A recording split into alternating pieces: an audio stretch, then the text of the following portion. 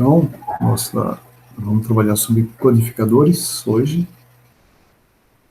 Eu busquei até na internet um conceito de codificadores ou de códigos, né? A gente está muito acostumado a ouvir essa palavra, código, porque pode ser até regras, né? Existem muitos significados para isso, né?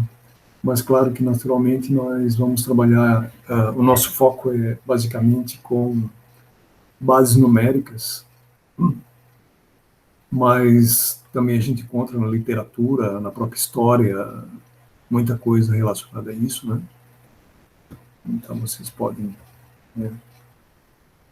Eu até estava recordando da máquina Enigma, que era uma máquina que os nazistas desenvolveram para se comunicar, né?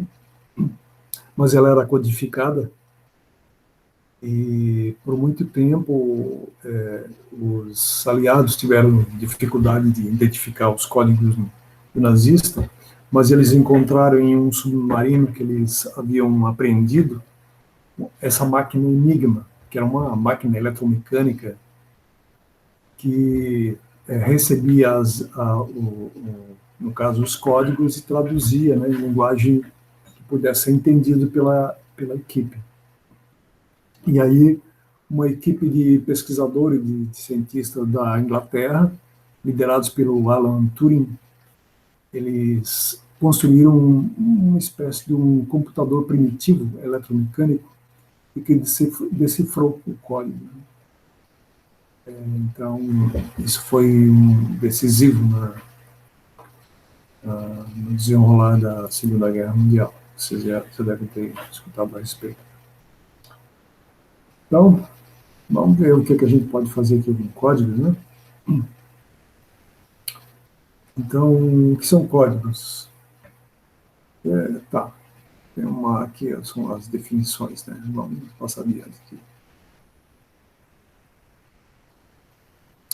Vamos ler isso aqui, ó. O que significa codificar? Significa transformar informações conhecidas de uso comum e de fácil entendimento em um conjunto de símbolos, letras, números ou palavras, de forma a minimizar ou facilitar o armazenamento ou o processamento e a transmissão de informação original. Naturalmente, nós já estamos pensando aqui em eletrônica, né? Eu deixo uma olhada, ver se tem alguém pedindo para... Então, ok. Eu vou abrir o chat aqui também, se alguém quiser passar alguma mensagem, né?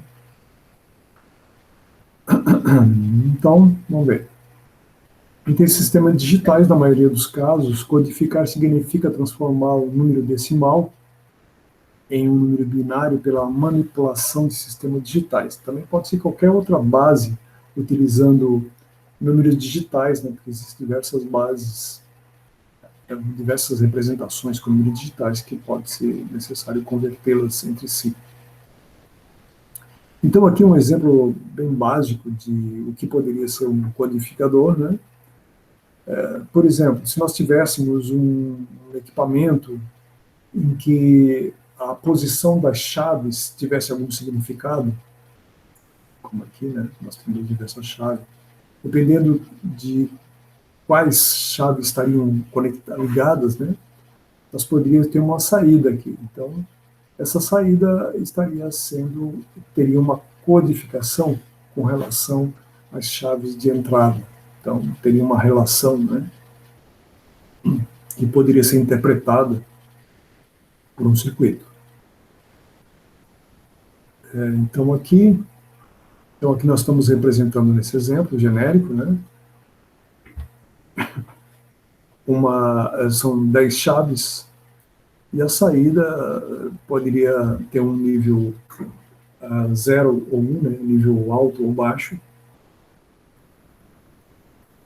Aqui está falando TTL, porque TTL é um padrão, né, industrial que é 0 ou 5, né, tem algumas permissões de variação lá, né? Então por isso que a gente chama de TTL, né?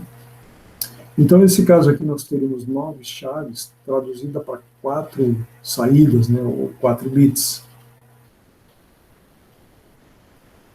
só para exemplificar assim, de forma genérica o que seria um codificador, né?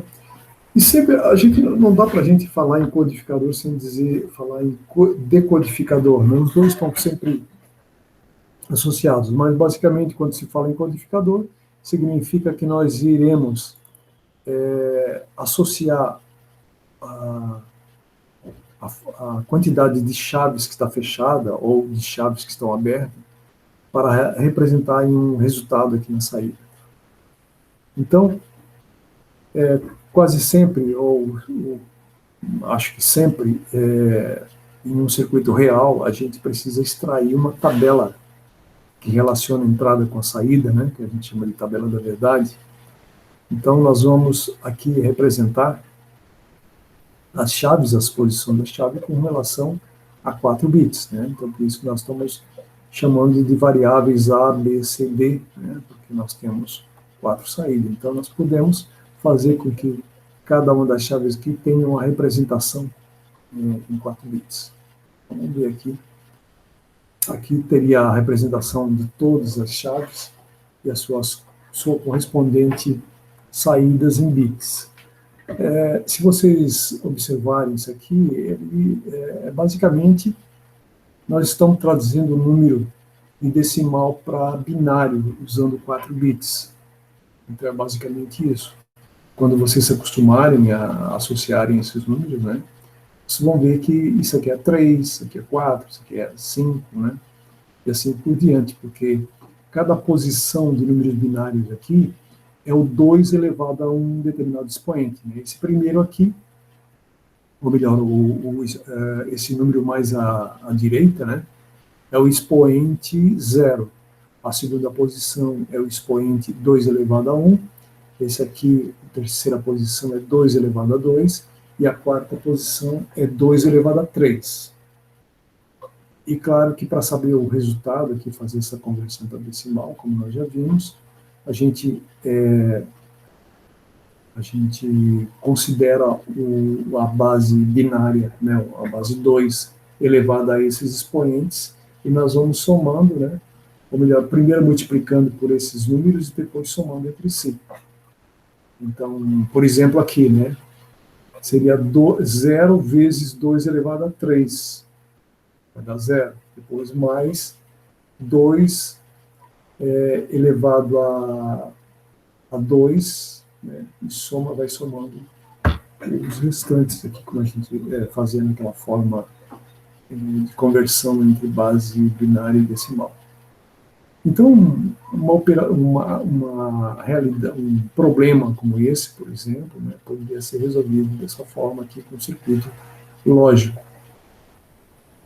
Essas portas lógicas aqui, que no caso está sendo usado um circuito específico aqui, né, porque normalmente os circuitos podem conter estruturas específicas, como, por exemplo, um codificador ou um decodificador, ele pode ter uma estrutura já pronta para decodificar decimal para binário e assim por diante. Né? Então, aqui ele está usando uma estrutura desse tipo aqui, que já tem todo o código, né, de decimal para binário, no caso. Né? Então, mas, naturalmente, poderia ser construído manualmente, construído porta a porta, né, montado numa matriz,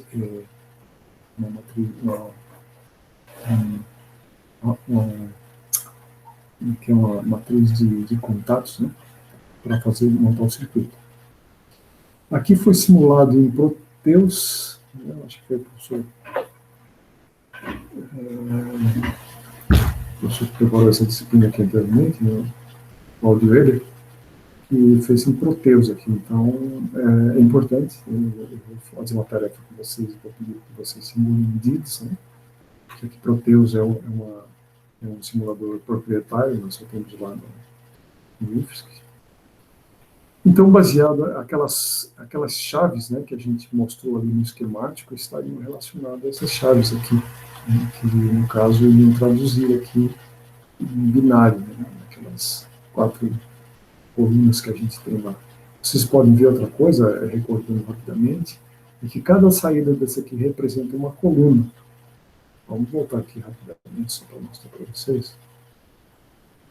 Por exemplo, né, nós temos aqui as entradas. E aqui, cada variável dessa aqui, que nós estamos representando pela letra A, B, C, elas são um circuito à parte, né? Aqui o A é um circuito, o B é um segundo circuito, e assim por diante, né?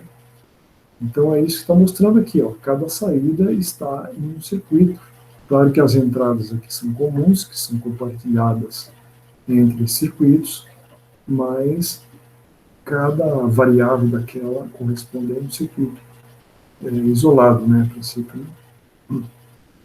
Então nós temos aqui a simulação mostrando algumas situações, né, por exemplo, aqui é o 1, né, então nós temos aqui ó, essa chave fechada, então esse circuito aqui será acionado e os outros continuarão com nível baixo, né, nível zero. E assim por diante. Então, dependendo de quais chaves nós estaríamos ligando, nós teríamos a saída de acordo com essa codificação. Então, nós temos vários aqui usando o simulador Proteus, né?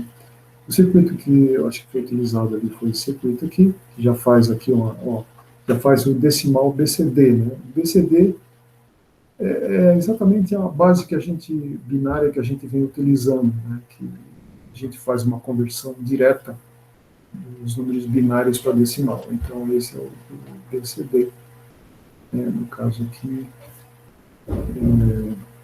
daquele circuito acho que foi utilizado isso aqui. Então, nós temos a alimentação do circuito, que aqui nós temos o TCC, né, e o GND, que é o TER, a referência, né, e aí entradas e saídas. Como a gente aqui não tem a folha de dados, eu não sei dizer para vocês onde está a entrada e saída, mas dá para ver aqui, ó, a saída é A, B, C, D, né? E as entradas estão aqui, né? Começam começa aí. 2, 3, 4, 5, 6, 7, 8, 9. Então é isso. Esse mesmo circuito tem uma tabela da verdade. Eles têm uma lógica inversa, tá, pessoal? Porque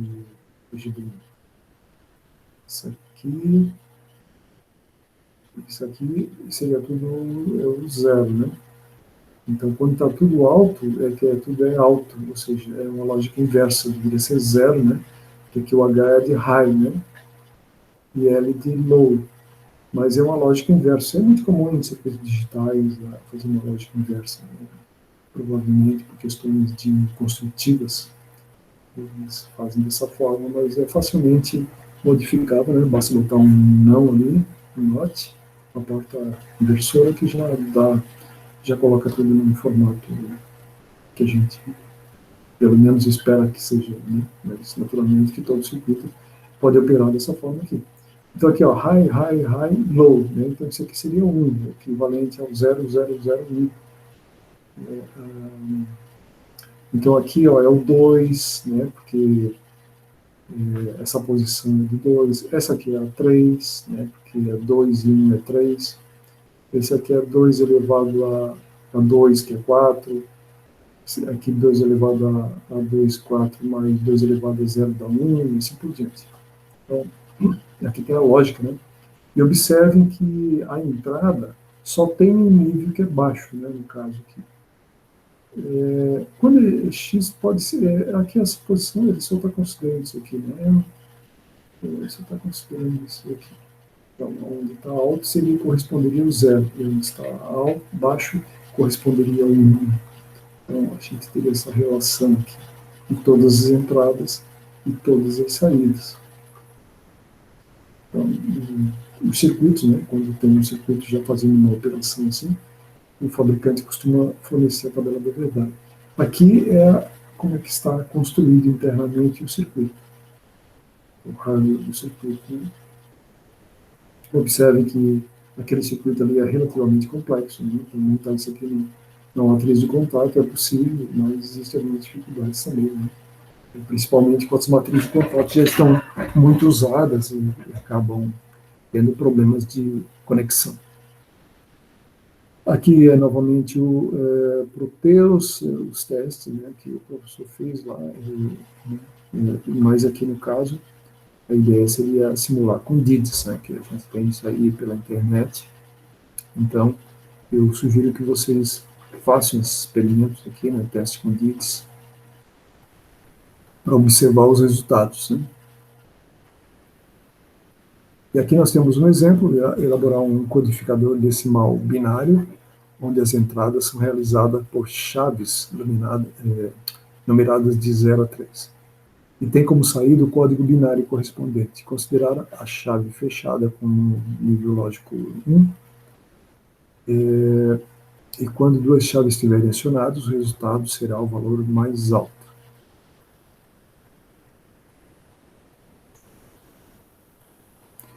Então, sempre que a gente tem um problema real, a gente tem que...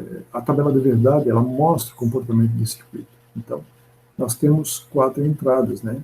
Então, nós temos aqui as 4 variáveis. Como a gente vai usar um circuito que normalmente a gente chama de 3, 2...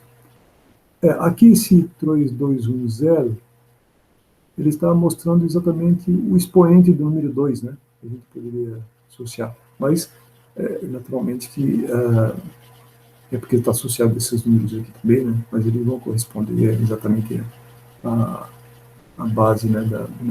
Mas também as entradas poderiam ser representadas por variáveis desse tipo, que a gente tem acostumado a utilizar as variáveis como letra, né? Porque é mais fácil representar por uma letra do que uma palavra, né? Mas poderia ser uma palavra, naturalmente. Né? A gente trabalha com programação, né? Mas é mais fácil fazer a tabela de verdade desse jeito. Então, essa tabela de verdade aqui, ó, representa todas as possibilidades de 4 variáveis, tá? Se for ver aqui, ó, é o 0, 1, isso aqui é o 2 em decimal, 3, 4, 5, e assim por diante, 7, o 8, né? Então, se vocês forem fazer aquela operação de transformação, vocês vão ver que vai de 0 até... onde está aqui? 0 até... essa coisa aparece aqui em cima. No caso aqui, todos os 0 até 15, né? Porque o movimento do mouse aqui, essa tela, o negócio preto aparece aqui. Então, vai de 0 até 15, porque no caso de 4 bits, né? Pode ser até 15, de 0 até 15. Então, nós temos duas saídas, estão elas aqui, SA e SB. E cada uma delas vai ser um circuito independente. Observe que tem o SA, as saídas estão aqui, né? E o USB, as saídas estão aqui. Então, observe que esse circuito, alguém bolou um circuito e disse que as saídas são essas aqui, certo? Isso aí poderia ser resultado de um problema qualquer, de um problema específico, e que teriam 4 variáveis de entrada e 2 variáveis de saída. Então, nós teríamos que ter 2 circuitos aí, porque cada variável, né, de saída vai ter que ser trabalhada em cima de um circuito. Claro que, da forma como está aqui, o circuito seria muito grande e complexo, e nós temos a possibilidade de simplificá-lo. Por isso que nós vamos usar o mapa de Veit-Carnot para fazer essa simplificação. Então, como eu já falei para vocês, quando a gente passa a tabela da verdade para o mapa de Veit-Carnot, basta que a gente represente apenas os nível alto das saídas, porque o nível baixo não precisa ser representado. E eu também gosto de representar só os nível alto aqui, o 0 eu não preciso colocar aqui, porque vai poluir ainda mais essa imagem aqui, né? Então, para mim, eu acho mais fácil só representar os números uns. Né? Porque o agrupamento só é feito com números uns. Os zeros não são feitos agrupamentos. Então, para que colocar o 0 ali, né? Então, observe que praticamente é tudo 1 aqui, né? Só essas 4 posições aqui, que são essas aqui, ó, elas não são 0, né? Então, dá para fazer grandes simplificações aqui nesse circuito. Então, qual é o primeiro agrupamento que nós fizemos? Foi esse de 8 aqui, porque, como nós já vimos, os agrupamentos só podem ser 2, 4, 8, 16, 32, vamos dizer assim, né? Tem que ser assim. Então, e sempre busca-se os maiores agrupamentos possíveis, para que a gente possa simplificar, fazer a máxima simplificação. E, então, aqui nós temos o primeiro agrupamento, que são esse 2, 4, 6, 8 aqui, um agrupamento de 8, né? E aí nós vamos ver o que nesse agrupamento, né? O método de Veit-Carnot é justamente que a simplificação daquelas variáveis, né, que aqui nós temos 4 variáveis, elas podem ser simplificadas dependendo do grupo que a gente conseguiu fazer. Então, por exemplo, esse agrupamento aqui, ó, vai envolver o quê? Vai envolver apenas o A, certo? E aqui, o B, ele envolve 4 do B e 4 do B complemento. Que aqui eu botei um tracinho embaixo, porque na ocasião eu não sabia que dava para fazer um tracinho em cima. Então eu coloquei aqui embaixo. Mas é a mesma coisa, né? Então vocês podem ver que aparece 4 uns que pertencem ao B e 4 uns que pertencem ao B complemento. Então o B ou o B complemento serão eliminados, né? Mas o A não, porque não envolve o A complemento. O D está eliminado também, porque nós temos aqui 2 e 2, 4 do D complemento e mais 4 do D, né? Sempre tem que ser valores iguais, 4 de um e 4 do outro, né? Então o D vai ser eliminado. E o C também vai ser eliminado, ó, porque o C complemento nós temos 4 aqui, e o C nós temos 4 aqui. Então só do A. Por isso que esse agrupamento aqui resultou apenas no A, aqui, como vocês podem ver. Ok? Então vamos continuar. Agora falta fazer esse agrupamento envolvendo esses outros 4 aqui. Então a forma mais do agrupamento de maior quantidade, né, que existe, seria agrupar em 8 novamente, né? Aqui nós estamos explicando aqui as posições daqueles números de mim. Seria fazer esse agrupamento aqui agora, mas um agrupamento aqui de mais 8. Isso é possível, né? É possível utilizarmos os elementos que já pertencem ao outro agrupamento, não tem problema. Então nós temos 8 aqui, então, pela mesma razão que eu expliquei aqui no A, só vai ficar aqui o B. Então, o resultado é A ou B. Não foi um circuito. Se nós tivéssemos colocado aqui a expressão de todo esse A, vocês vejam que eu não acabei não colocando, mas é uma expressão bastante longa e ficou apenas numa porta ou de 2 entradas. Okay? Então, isso aqui é a simplificação da saída SA. Vamos ver agora da saída SB. Aqui. Ah, sim, aqui eu desenhei. Ó. Essa expressão aqui, ó, que está achurada aqui em azul, é a expressão do SA completa, né? E ela foi reduzida apenas uma porta ou de 2 entradas. Então, observe que o processo de simplificação é bastante útil, né? Economiza circuito, portas lógicas e reduzindo a complexidade, nós temos um circuito mais confiável. Aqui vai ser o USB, né? Agora nós iremos trabalhar em cima do USB, ou seja, essa outra coluna aqui. Só recordando, essas saídas aqui é do problema, entende? Eu não sei por que saíram dessa forma. O exercício atribuiu aquelas saídas. É claro que se nós tivéssemos um problema real, essas saídas teriam que ser analisadas para ver aonde é que é nível alto, nível baixo. Né? Mas aqui foi simplesmente colocado com exercício e colocado essas saídas da forma como estão. Então, o que nós vamos fazer agora? Agora, nessa saída CB, nessa variável SB, nós temos que transportar para cá somente aonde tem 1. O 0 não precisa, né? Porque o 0 não será simplificado, não tem como simplificar, é só 1. Então, aí nós vamos fazer a associação. Aqui eu já fiz, né? Então, nós temos essas 8 aqui. Essas 8 aqui vai resultar em A. E depois nós temos mais essa 4 aqui, ó. Nós podemos associar esse grupo com esse. E aí dá B complemento e C. Faltou o pontinho ali no meio. C, B e C. Então, observe que quanto maior o agrupamento de uns, maior é a simplificação. Então, aqui resultou só em ó. Aqui nós só agrupamos 4, então a redução é um pouco menor. Quanto menor o agrupamento, menor vai ser a simplificação. Novamente, aqui está a expressão total do SA, né, que está aqui, do USB, né? Aqui a expressão toda foi reduzida para uma porta OU e uma porta E, né, com 3 variáveis. Então, simplificou bastante. Aqui tem a simulação em Proteus. Né, eu gostaria que vocês fizessem isso aqui em DIDS.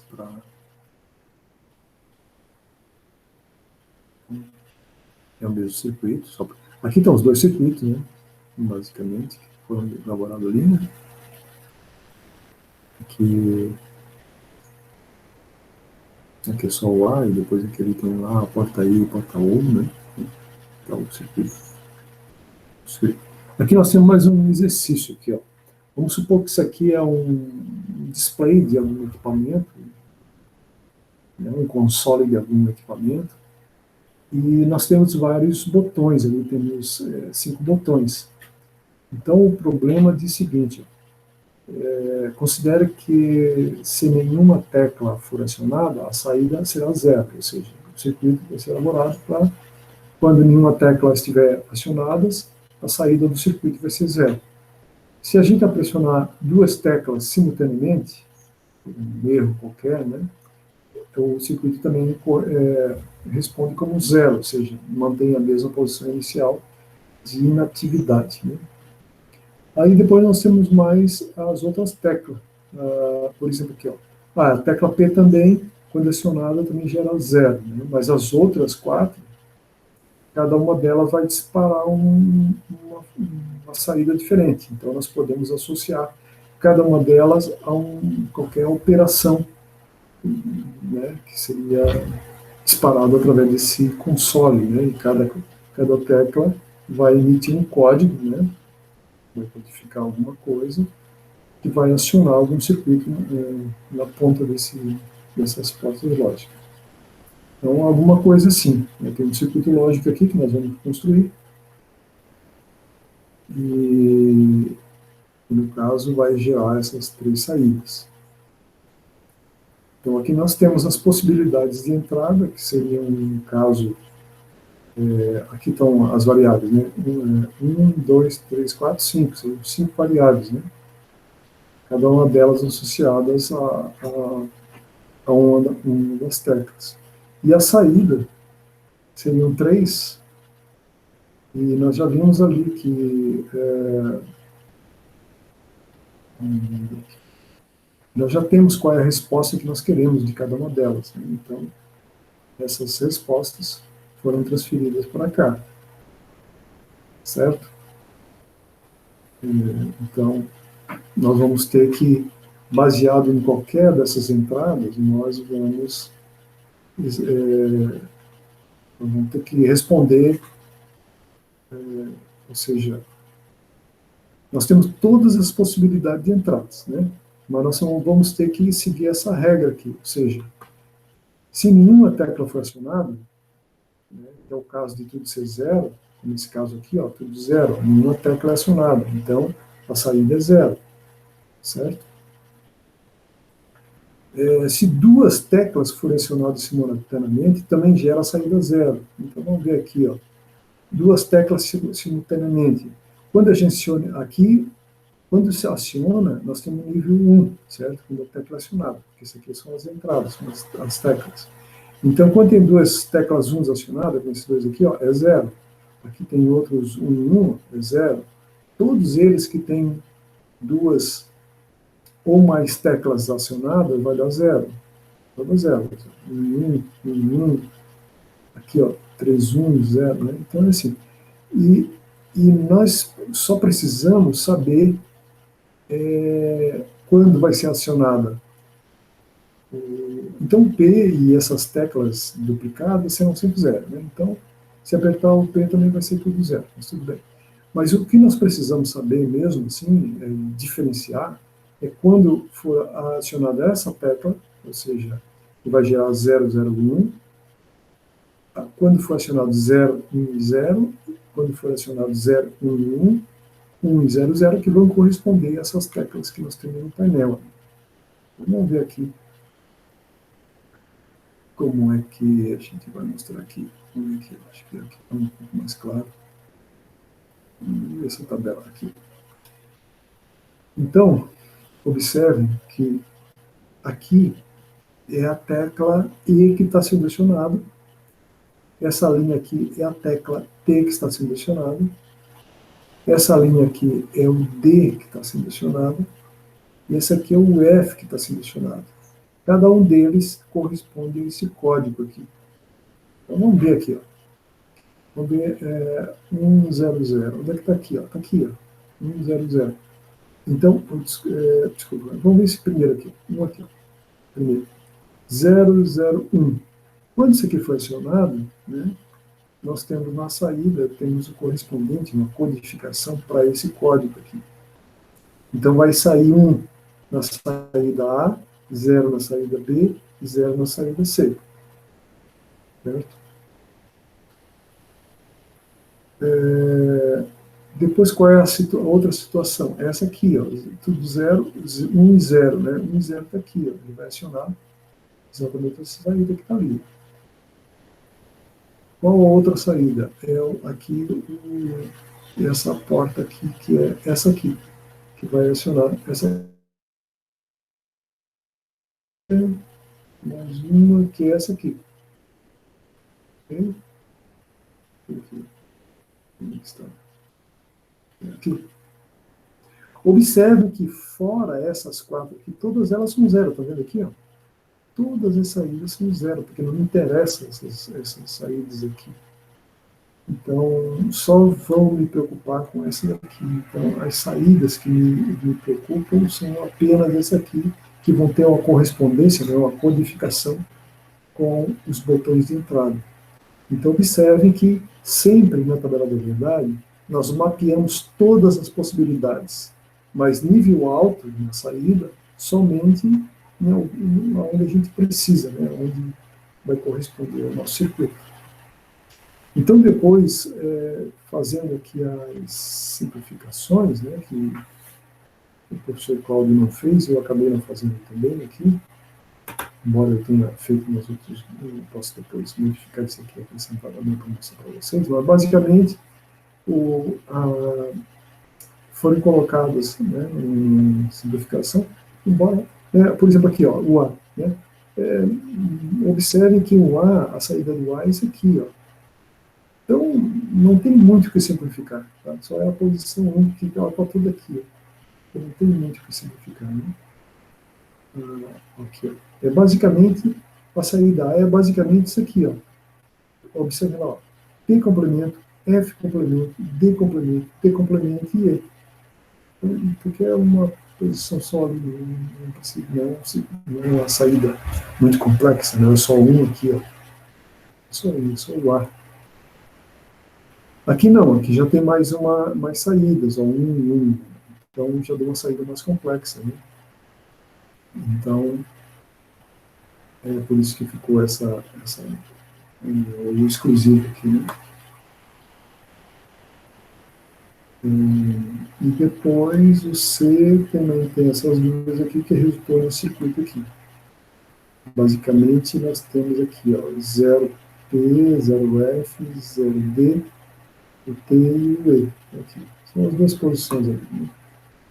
Não sei se a gente chega a fazer uma simplificação. São dois exclusivos, né? Porque estão invertidos aqui. Deixa eu ver aqui. O F e o F estão invertidos. O T.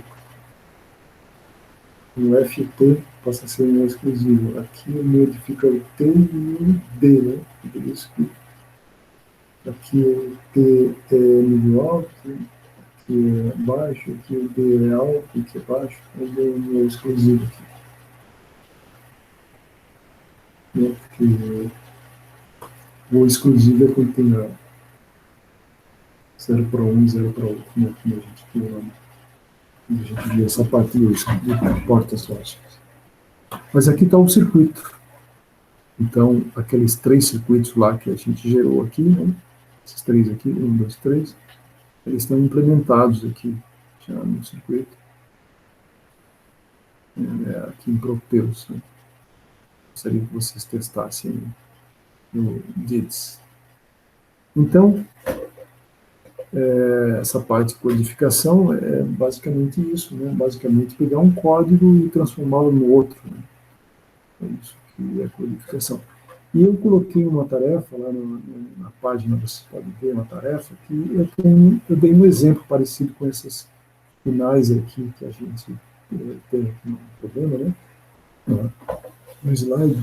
E eu sugiro que vocês façam duplo até, né? Para conversar, trocar ideias. E podem me entregar em dupla. Então, como eu tive dificuldade de colocar o problema, o enunciado do problema, ou melhor, de anexar um PDF do problema no SIGA, eu resolvi modificar. Né? Eu coloquei no SIGA o link de onde está a tarefa. As tarefas estão onde? Está lá, abaixo do link de codificadores. Se vocês abrirem a minha página, posso até mostrar para vocês aqui. Vamos fechar essa apresentação aqui. Vamos parar essa apresentação e vou mostrar a página para vocês. Deixa eu ver aqui.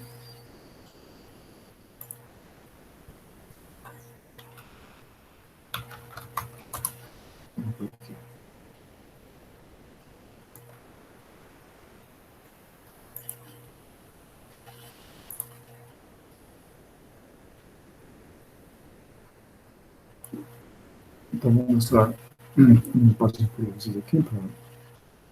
Eu estou sempre atualizando, né, porque eu tenho um material que está que foi do semestre anterior, né, e depois eu vou atualizando, né, então vocês vão ver que tem uma data ao lado, né, porque teve umas modificações, né, principalmente mais para o final. Então,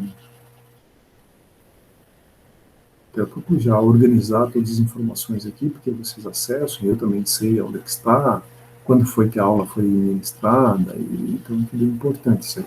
Aqui, codificadores, né, vocês podem ver que vocês têm a data aqui de quando a gente trabalhou o conteúdo, né.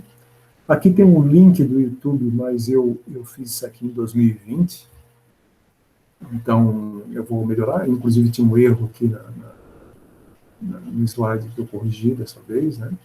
Mas eu vou colocar essa gravação agora atualmente aqui, atualizar, né? E aqui tem a tarefa. Se vocês clicarem aqui, ele vai abrir a tarefa. Não sei se eu vou perder aqui, se vai aparecer para vocês, acho que não. Vou ter que parar a apresentação e mostrar isso aqui.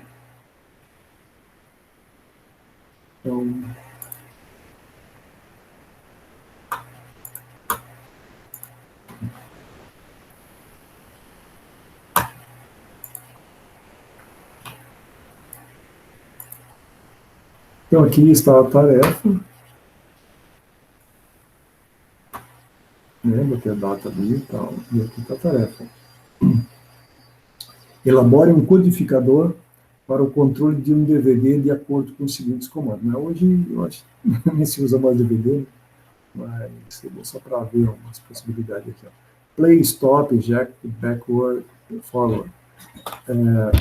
Então, seria dar um número, né? 000 para um, 001 para outro. Vocês vão dar um código aqui para cada um deles, né? E baseado no número de variáveis, vocês vão criar uma tabela da verdade com todas as possibilidades, mas só considerando essas 4 aqui, parecido com aquele exemplo que nós vimos ali atrás, tá? Então é bem parecido. Só, né? Então, mas eu deixei aberto assim, não especifiquei nada para que vocês, né, façam e me procurem. Eu até coloquei o meu telefone ali lá no site, vocês podem ver que tem o meu telefone, caso vocês tenham alguma dúvida, né? São 5 variáveis no total, né, professor? 1, 2, 3, 4, 5, isso, mas possivelmente nem vai precisar de simplificação, né? Mas vocês podem ver, porque justamente vocês podem botar um para cada uma delas, dependendo da... dê uma olhada no exercício ali que nós acabamos de ver, que é bem simples, bem parecido com isso aqui, tá? Claro que cada um, se isso aqui é um, esse aqui é um, esse aqui vai ser o 2, esse aqui vai ser o 3, né? Convertendo para binário, né?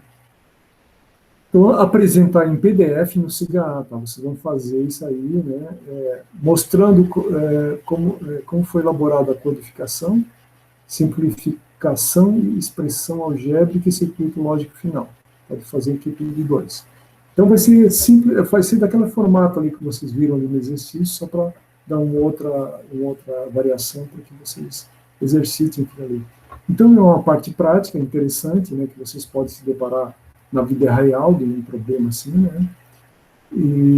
Mas gostaria que vocês colocassem no SIGA, eu coloquei até a quinta-feira que vem à noite, para vocês terem essa semana toda para fazer.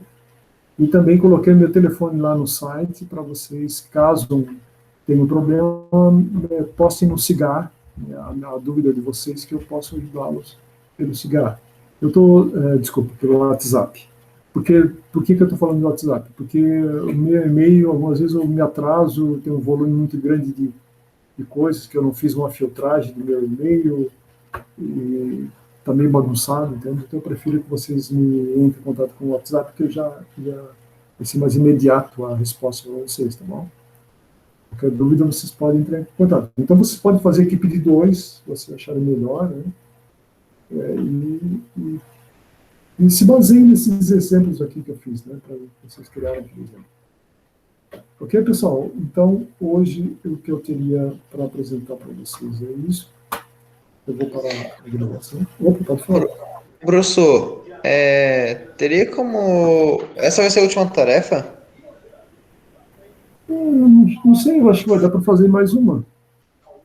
É que, tipo assim, se a não tiver gente tá... problema.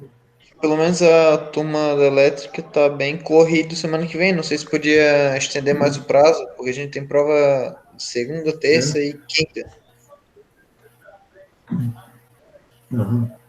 Não sei se for um problema. Essa semana agora. Tá bem corrido semana que vem. Não, vamos fazer o seguinte, se vocês não Puder, conseguirem, ou quem não conseguir, eu vejo isso aí depois, mas eu acho que quem puder fazer, acho que deveria fazer. Porque senão é mais uma coisa que vai deixando para depois, entende? Se caso vocês não puderem, eu prolongo, tá? Tem que fazer, tá bom? Beleza, então. Valeu. Porque se eu prolongar, e vocês, todo mundo vai deixar para empurrar com a barriga para depois, entende? E quem puder fazer, eu acho melhor. Eu acho que não é complicado, é bem rápido, isso aí você pode fazer aí, final de semana aí, que você não tem nada para fazer. O senhor está escutando, professor? Opa, estou escutando sim. Ah, tá. Pode falar. Não, acho que ele fala assim, pelo menos para sexta-feira, quem sabe até um pouco antes de aula, que aí de manhã a gente consegue matar, assim, como o senhor falou. Sexta-feira? Então tá, eu posso mudar para sexta então. Obrigado. Muda para sexta então. Valeu, tá, obrigado, tá? Sexta-feira já ajuda bastante. De verdade. Tá bom então. Beleza. Valeu. Vamos fazer para sexta-feira então. Tá. Ok. Tá bom então. Eu vou desligar aqui. Obrigado pela presença de vocês, pelo retorno. Ok? Até mais. Boa prova para vocês aí. Bom final de semana. Para vocês também.